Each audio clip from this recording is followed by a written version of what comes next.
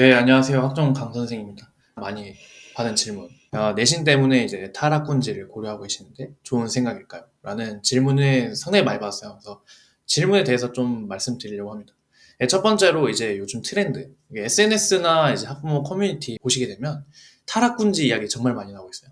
그러니까 뭐 여러 사교육 종사하시는 분들이 뭐 이제 주변에 학교 다니시다가 뭐 비학군지로 가가지고 좋은 메디컬 붙었다더라.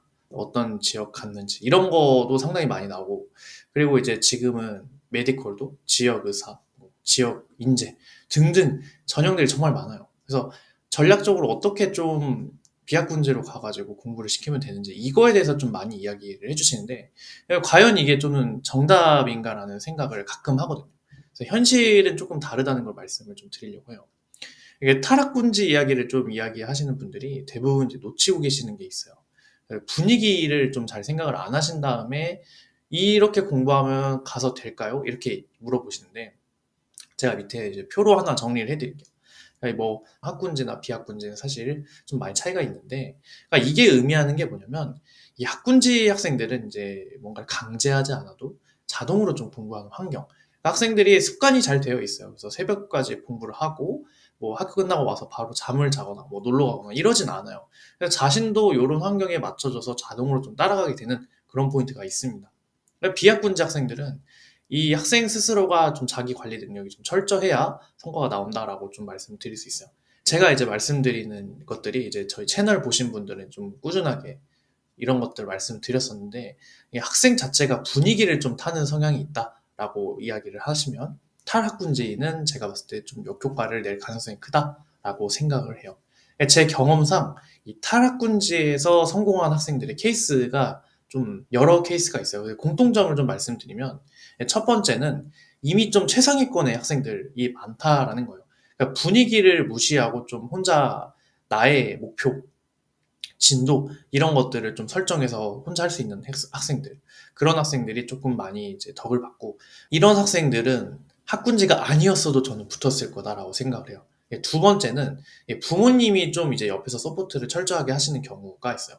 그러니까 학생이 뭔가 좀 사람이다 보니까 해이해질 수도 있고 좀 놀고 싶은 포인트도 있어요. 그래서 그거를 적절하게 조절해 주시고 상담 혹은 계획 이런 것들을 좀 직접 해주시는 분들, 그러니까 사실 이거는 에너지가 상당히 많이 드는 포인트 중에 하나입니다. 그러니까 부모님이 옆에 붙어서 어떤 점을 좀 해야 되는지 이런 거를 좀 관리 잘 해주시는 포인트, 이런 부분을 가졌을 때 이제 좀 탈학군지에서도 살아남을 수 있다라고 생각을 합니다. 솔직하게 좀 말씀드리면 탈학군지 했다가 이제 분위기에 좀 휩쓸려서 내신 못 받아오는 케이스가 상당히 많이 있습니다. 근데 그러면 이야기를 하실 거예요. 이제 그럼 학군지에 남아야 되나요? 라고 이제 말씀하시는데, 이거는 그게 아니라 사실은 선택의 문제라고 보긴 좀 어렵고, 제가 말씀드리는 건 어떤 선택을 하시던 타이밍이 있다라는 거예요. 첫 번째는 사실 초등학교에서 중학교 2학년까지는 좀 학군지가 유리하다고 저는 생각을 해요. 초등학교, 중학교 시기는 분위기 따라서 정말 많이 좌우가 같아요. 그래서 좋은 학군에서 좋은 친구들, 좋은 선배들을 많이 만나는 것만으로도 학습 동기가 좀 충만해지는 포인트가 있다. 이 학군지에서 메이저 학교에 들어가려면 이제 초등 때부터 제대로 준비해야 된다. 이렇게 좀 생각을 해주시면 좋을 것 같고, 그렇게 하셨던 학생들이 이제 고등학교에 입학을 하게 되면 이제 그때는 이야기가 좀 달라진다라고 생각을 해요. 그러니까 고1 때부터는 이미 내가 중학교 때, 초등학교 때 공부했던 습관들이 있기 때문에 이 공부 습관이나 마인드가 어느 정도 고착된 상태에서 고등학교 들어가게 돼요. 그래서 학군지에서 중학교 3학년을 공부했던 학생이랑 비학군지에서 중학교 3학년 공부했던 학생들, 고등학교 첫 모의고사에서 정말 차이가 명확하게 드러납니다. 고등학교 첫 모의고사는 이제 중학교 거를 보는 거죠. 그래서 이제 고등학교 이후에 탈학군지는 사실상 늦다라고 보실 수 있고, 늦어도 초등에서 중학교 2학년 사이에는 결정을 해주시고 중학교 3학년 전에는 전출을 해야 된다라고 저는 생각을 합니다.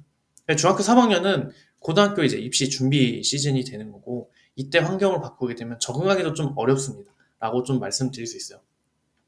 이제 전형이 많이 바뀌었기 때문에 메디컬 같이 뭐 지역 인재, 지역 의사 이런 쪽으로 생각을 하고 계신 분들은 결국에는 초등학교 5, 6학년에 이거를 결정을 해주셔야 차질 없이 진행을 하실 수 있다라고 저는 생각을 하고 있습니다. 이 탈학군제를 진짜 고민을 하고 계신다면 좀 세 가지 정도 미리 체크를 해보시는 게 좋아요. 첫 번째는 이 아이의 자기관리 성향입니다. 혼자서도 계획을 좀 세우고 실행하는 능력이 좀 괜찮은가? 이게 아니라면 좀 타락군지는 도박이다라고 볼 수도 있어요.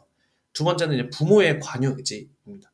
그러니까 학원만 보내는 게 아니라 이거를 직접 관리를 해주실 것인지, 뭐 비학군지로 나가니까 더 잘하겠지, 이런 생각은 좀 하지 않으시는 게 좋을 것 같다라고 생각을 하고요. 그래서 세 번째는 이게 정말 필요한지에 대해서 이야기를 좀 해보시는 거죠. 이 실력이 부족하다고 하면 사실 어딜 가든 내신을 못 받는 건 마찬가지입니다. 그래서 제가 말씀드린 세 가지를 좀 체크를 해주시고 이 타락군지를 결정을 하시면, 그래도 선택에 따른 후회는 있겠지만, 어떤 선택에는 후회는 있습니다. 선택에 따른 후회는 있겠지만 그 후회가 크진 않을 수 있을 것 같다라고 생각을 해요.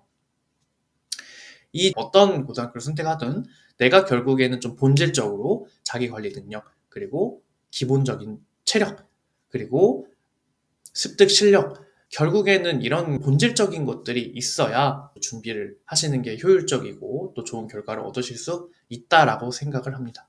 그래서 타락군지에 이제 열풍에 휩쓸려 가지고 이게 돈 쓰고 이사를 했다가 오히려 학생의 이제 공부 의욕만 좀 많이 떨어지는 경우를 제가 좀 봤기 때문에, 이게 물질적으로 뭔가 물리적으로만 바뀐다고 이제 모든 게 바뀌는 것은 아니에요. 그래서 지금 있는 자리에서 조금 더 체크해 보시고 좀 심도 있는 고민 가족끼리 해보셔서 최적의 결과를 내시기를 바라겠습니다.